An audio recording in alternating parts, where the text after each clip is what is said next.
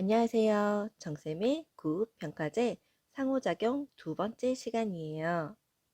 지난 시간에는 선생님이 교사로서 유아에게 놀이 및 활동 지원하는 상호작용에 대해서 배워보았다면, 이번 시간에는 영아와 영아, 유아와 유아 간의 상호작용을 할 수 있도록 교사로서 어떤 지원을 해줘야 되는지에 대해서 알아보도록 할게요.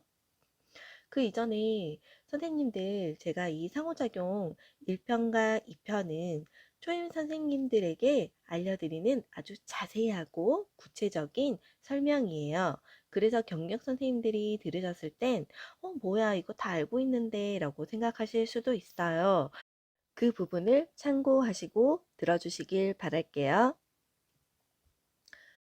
평가제를 준비하시다 보면 지역별로 있는 육아종합지원센터에 컨설팅 신청을 하시잖아요. 컨설팅 선생님께서 원에 직접 방문하셔서 상호작용도 체크를 해 주시는데, 그 선생님께서 작년에 저희 원도 방문을 하셨어요. 그리고 이야기를 해 주시더라고요. 선생님들이 상호작용을 너무너무 다들 잘 하신대요. 그런데 선생님이 아이에게 하는 상호작용은 100점이래요. 문제는 영아와 영아, 유아와 유아 간의 상호작용을 교사로서 지원을 해줘야 되는데 그 부분이 안 된다는 거예요. 선생님들께서도 알고 계셨나요? 지표에는 내가 아니라 아이와 아이 간의 상호작용을 서로 할 수 있도록 선생님이 지원해줘야 되는 것들이 여러 개가 있다는 거. 이 점을 유의하시고, 내가 아이들 간의 상호작용을 할 수 있도록 지원을 하고 있는지 다시 한번 되짚어 보시고 그 부분을 잘 체크해 보시면 좋을 것 같아요. 또 들어보셨을 거예요. 관찰자가 당일날 어린이집에 방문했을 때 관찰반을 뽑으시잖아요.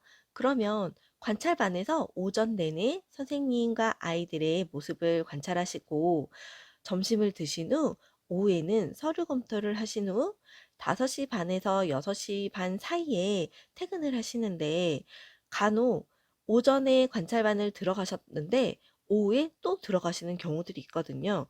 이럴 땐 상호작용이 나타나지 않는 부분이 있어서 그분이 한 번 더 들어가시는 거예요. 왜냐면 점수를 낮게 줄 수가 없기 때문에 조금 더 선생님에게 기회를 한 번 더 주신다고 생각하면 될 것 같아요. 관찰자가 오후에 다시 내 반에 들어왔다면 빨리 생각을 하시고, 상호작용 중에 어떤 부분이 내가 미흡했지? 만약에 미흡했던 부분이 생각나시면 그 부분을 보여줄 필요가 있겠죠? 행동이든 말이든. 그래서 선생님께서 상호작용 이 지표를 꼭 벽에다 붙여 놓으시고, 내가 오전 중에 아이에게 이런 지원들을 하고 있는지 체크 하시면서 오전 내에 다 모두 다 나타나도록 연습을 하시는 것도 중요할 것 같아요. 이제 평가 지표를 보면서 다시 한번 이야기를 해드릴게요. 1-4 영유아 간 상호작용 지원.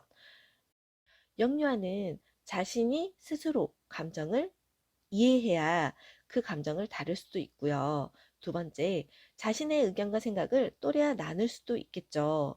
세 번째, 더 나아가 약속과 규칙을 지킬 수도 있고요. 네 번째, 다툼이 일어나거나 문제가 발생했을 때 다양한 해결 방식을 사용할 수가 있어요. 그래서 선생님들이 가장 중요한 건 첫 번째, 감정을 영유아가 스스로 느낄 수 있도록, 이 감정이 어떤 감정인지 이해하고 느낄 수 있도록 선생님들께서 격려를 해주시고 공감을 해주셔야 돼요. 그러려면 아이의 긍정적인 정서든 부정적인 정서든 그대로 수용을 해주시고 안정감을 느끼도록 해주셔야 되는데, 우리가 평소에는 긍정의 감정이라고 하면 뭐 기쁘거나 신나거나 행복하거나 이런 긍정의 감정들은 선생님이 수용을 너무너무 잘해주시죠. 그런데 부정적인 감정, 속상해서 울거나 화가 나거나 엄마가 보고 싶어서 징징징거리거나 그럴 때 선생님들께서는 빨리 이 부정적인 감정을 털어야 된다고 생각을 하시더라고요. 그런데 여기 지표에도 써져 있죠. 그대로 수용해줘라. 그대로 수용해 주려면 어떻게 해야 될까요? 아, 너가 속상해서 우는구나. 화가 났구나. 엄마가 보고 싶어 슬펐구나. 이런 식으로 그대로 읽어주시면 그게 수용이에요. 그러면 아이는 선생님이 내 마음을 알고 있네? 그렇게 생각하면 안정감을 느끼겠죠. 제가 그전 영상에도 감정에 대해서 다룬 영상들이 있어요. 그때도 한번 설명을 했는데 선생님께서 길을 가다가 아이고 하고 넘어졌는데 발목이 삔 것 같아요. 너무너무 아파요. 그런데 그 옆에 있던 나의 아이나 또는 남편이 에이, 뭐 그 정도로 울어. 괜찮아, 괜찮아, 일어나. 이렇게 말한 것과 많이 아팠겠다. 괜찮아? 걸을 수 있겠어? 이렇게 걱정해주는 말하고 어떠세요? 선생님들 혹시 교실에서 아이가 혼자 막 뛰다가 넘어졌을 때 어떻게 반응해 주시나요? 아이는 아파서 막 우는데 괜찮아, 괜찮아. 뭐 그거는 하나도 안 아파. 약 바르면 되지. 이렇게 말씀하시나요? 아니면 땡땡이 너무 아팠겠다. 신나게 뛰다가 넘어지니까 너무 아팠지. 선생님은 우리 땡땡이가 너무 걱정된다. 이렇게 말씀을 하시나요? 아이들이 스스로 놀다가 다쳤을 때, 다른 아이가 갖고 놀고 있는 장난감이 가지고 싶어서 뺏었을 때, 엄마와 떨어져서 울었을 때, 이럴 때도 부정적인 정서를 그대로 인정해 주시고 안정감을 느끼도록 반응을 좋다는 거 기억하시고요. 그런 영유아의 감정을 파악하시려면 관찰을 잘 하시고 언어적으로나 비언어적으로 반응을 해주신다는 거. 두 번째 볼게요. 또래 간에 자신의 생각과 의견을 나눌 수 있도록 격려를 하려면 말로 표현을 해야 된대요. 말을 지금 배우는 시기의 아이들에게는 교사가 언어적 행동 모델을 보임으로써 말로 표현할 수 있는 기회를 주시고요. 유아 같은 경우에는 말을 하잖아요. 그런데 막상 그 자리에서 어떤 말을 해야 될지 모르기 때문에 그럴 때 선생님이 이렇게 말을 해야지 하고 알려주시거나 또는 아이에게 질문을 통해서 이럴 땐 어떻게 말을 하면 좋을까? 그래, 그렇게 말을 해야 되지. 그러면 친구한테 그렇게 말을 해볼래? 이런 식으로 선생님께서 기회를 주시면 될 것 같아요. 그리고 우리가 지금 유아반에서는 놀이 중심 교육을 하고 있죠. 그리고 영화도 놀이 중심 교육으로 9월 달부터 개편이 되잖아요. 아이들이 놀이를 함으로써 학습이 스스로 일어난다고 생각을 하거든요. 그래서 아이와 아이 간에 상호작용을 격려를 해주셔야 되는데 이 부분이 별표예요. 가장 힘들어하는 부분이거든요. 영화는 기회를 제공하래요. 영화들은 다른 친구들의 놀이 방식을 그대로 따라하는 경향들이 있잖아요. 그래서 어떤 아이가 어떤 놀이를 재밌게 하고 있을 경우에는 땡땡이가 이걸 가지고 이렇게 놀이를 재밌게 하고 있네 라고 선생님께서 관심을 갖도록 지원을 해주시면 다른 아이들도 그 영화에게 관심을 가지고 긍정적으로 그 속에서 상호작용이 일어난다고 생각을 해요. 그리고 유아 같은 경우에는 상호작용의 기회를 제공하래요. 기회, 스스로 문제를 해결할 수 있는 기회에 그러려면 질문을 하셔야 돼요. 아이와 아이가 싸웠을 때 선생님이 일방적으로 개입을 하셔서 너는 이걸 잘못했고 너는 이걸 잘못했으니까 서로 미안해 해야지 라고 하시기보다는 너는 무엇 잘못한 것 같니? 너는 어떤 점이 잘못한 것 같니? 이 친구에게 어떤 점이 미안하니? 이런 식으로 개방적 질문을 통해서 아이가 스스로 문제를 해결해 나갈 수 있도록 하시거나 또는 문제 발생이 아니라 아이들이 놀이를 할 경우에도 선생님 이거 해주세요. 선생님 이거 도와주세요. 이랬을 때도 선생님께서는 여기다가 어떻게 하면 좋을까? 이런 식으로 개방적 질문을 하시라는 거죠. 그러다 보면 아이 간에 서로 대화를 하다 보면, 어, 발견하거든요. 아, 우리 이렇게 하면 되겠다. 이런 식으로. 그래서 선생님께서 이런 식으로 질문을 하시면 아이들이 스스로 학습이 일어나요. 이 부분을 꼭 명심하셔서 평소에도 선생님들을 질문을 하시면 돼요.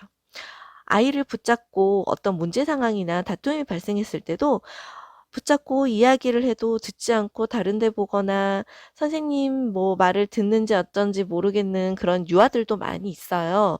그런데 그 아이에게 질문을 해보세요. 그럼 어쩌면 이렇게 정답을 잘 알고 있는지 문제를 스스로 해결해요. 그러면 너는 저 친구에게 어떻게 할 거니? 라고 물어보면 미안해 해야 해요. 이렇게 말을 하잖아요. 너는 그러면 다음번엔 어떻게 할 거니? 그러면 이제 안 가져갈 거예요. 이렇게 대답을 하니까 선생님께서는 꼭 내 말을 흘려듣는 그런 아이들에게는 질문을 하시는 게 제일 좋아요. 세 번째 지표 볼게요. 약속과 규칙을 지키도록 격려한다 해요. 그리고 면담도 있네요. 반별로 최소한의 약속과 규칙이 있고, 선생님, 이 반에는 어떤 약속과 규칙이 있나요? 라고 물어보실 것 같아요. 그런데 최소한이에요, 최소한. 우리 반의 규칙이 50가지야. 아이들이 지킬 수 있을까요? 없어요.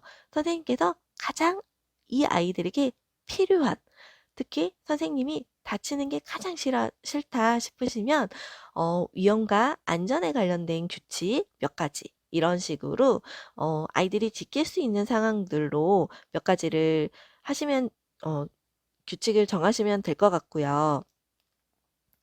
영화 같은 경우에는 예를 들어 선생님이 뭐 바구니를 쏟지 않기 이런 건 발달 수준에 적합하지 않잖아요. 그래서 아이가 발달 수준에 맞는 그리고 아이의 안전과 관련된 꼭 필요한 사항들만 약속과 규칙을 정하시면 될 것 같아요.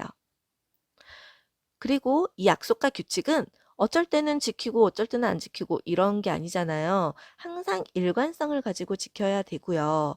또 일방적인 설명 안 되고요. 지시 안 된대요. 조금 전에도 제가 설명했듯이 아이에게 질문을 하는 거죠. 이럴 땐 어떻게 하면 좋을까? 왜 이렇게 해야 할까? 이렇게 물어보면 아이들은 다 알고 있더라고요. 만 2세 반 친구들이나 만 3세 반 친구들은 교실에서 뛰어다니는 게 너무 심하죠. 어쩔 때는 막 교실을 막 뱅글뱅글 돌면서 선생님이 자제를 시키려고 해도 자제가 안 되는 경우들이 있어요. 그런데 그럴 때도 한번 질문을 해보세요. 땡땡아, 누구 땡땡아, 우리 교실에서는 어떻게 다녀야 하지? 라고 물어보면 아이들이 달리던 걸음을 멈춰요. 그리고 걸으면서 걸어 다녀야 해요. 라고 해요.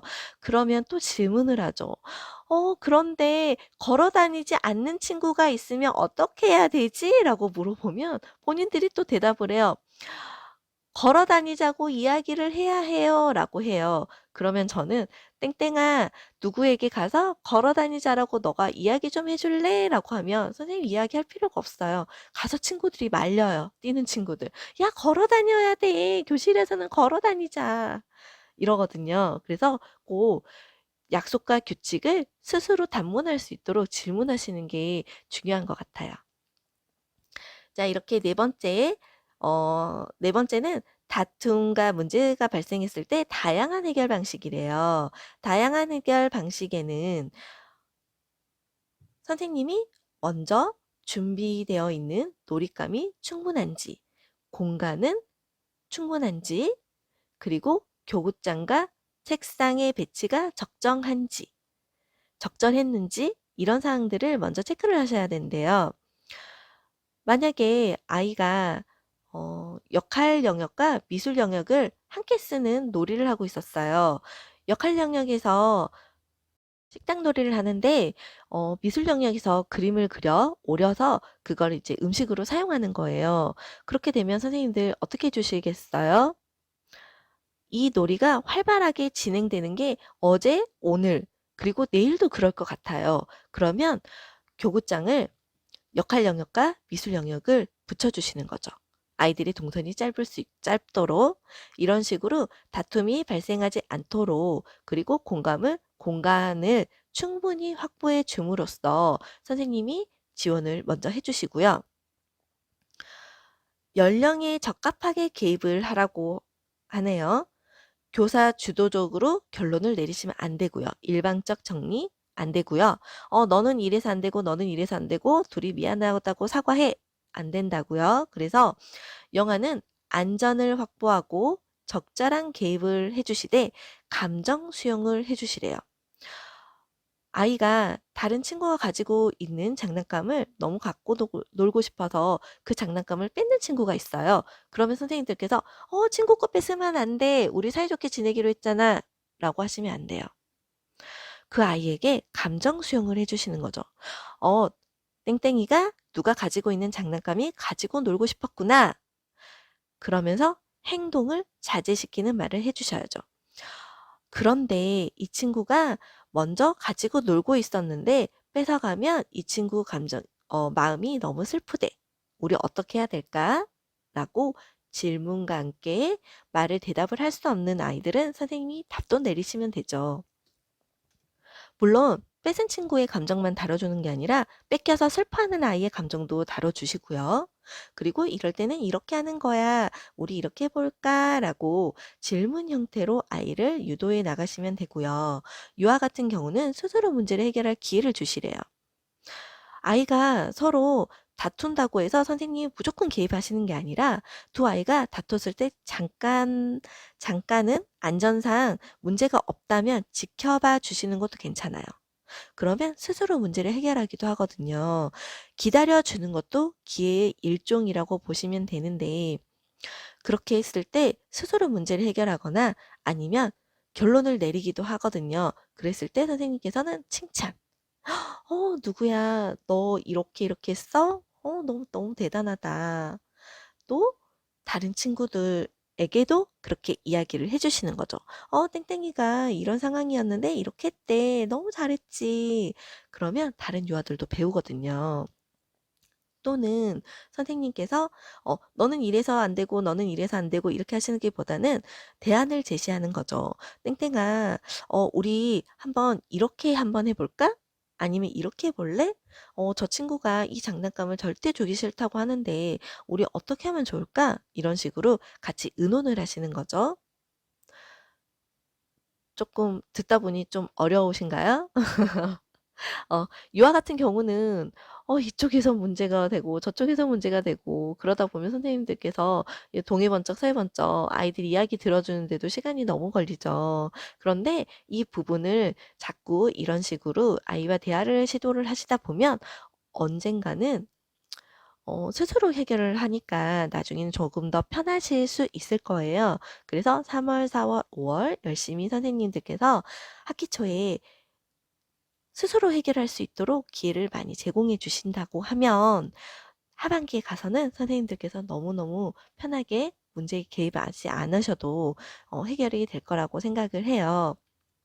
한번 해보시고 또 고민을 해보시게요.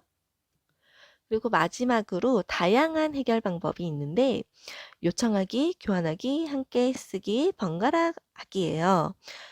요청하기는 나 한 번만 줄래? 많이 하시죠. 교환하기는 내 거 이걸 줄 테니까 너 거 이걸 줄래? 서로 이제 물어보는 거죠. 함께 쓰기는 그럼 우리 같이 놀자. 번갈아 하기는 너 이거 다 논 다음에 나한테 줄래? 이게 번갈아 가기죠. 번갈아 하기잖아요. 그래서 선생님께서는 꼭 뭔가 해결 방안을 제시하실 때, 얘 거니까 안 돼가 아니에요. 이 아이가 다 쓰고 나면, 그 다음에 이 아이에게 줄래? 이렇게 하는 번갈아 쓰기, 이런 방법도 되게 좋거든요. 지연을 시켜놓고 아이를 기다리게 하는 거죠. 이상으로 평가 인증 상호작용 편은 끝났고요. 상호작용은 선생님 반 아이들의 특성에 맞게 잘 적용을 해보시면 좋을 것 같고요. 평가 인증 상호작용만큼은 선생님께서 실수 없이 잘 하실 거라고 생각을 해요. 화이팅 하시고요. 앞으로도 평가 인증에 관련된 자료를 더욱더 열심히 만들어 보도록 할게요. 그리고 선생님들 평가 인증에 대한 지표도 블로그에 올려놓을 테니 지표를 갖고 있지 않으신 선생님들 한 번쯤 읽어보시면 좋을 것 같아요. 지금까지 도움반 정쌤이었습니다. 긴 시간 들어주셔서 감사합니다.